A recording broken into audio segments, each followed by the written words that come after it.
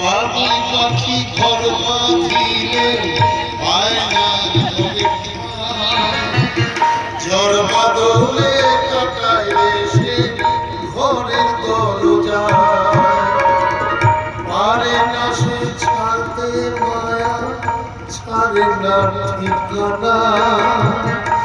আমি হলাম পথের পথিক পথ ঠিকানা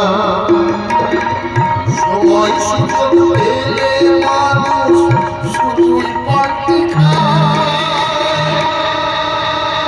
শুধু বদলে যায়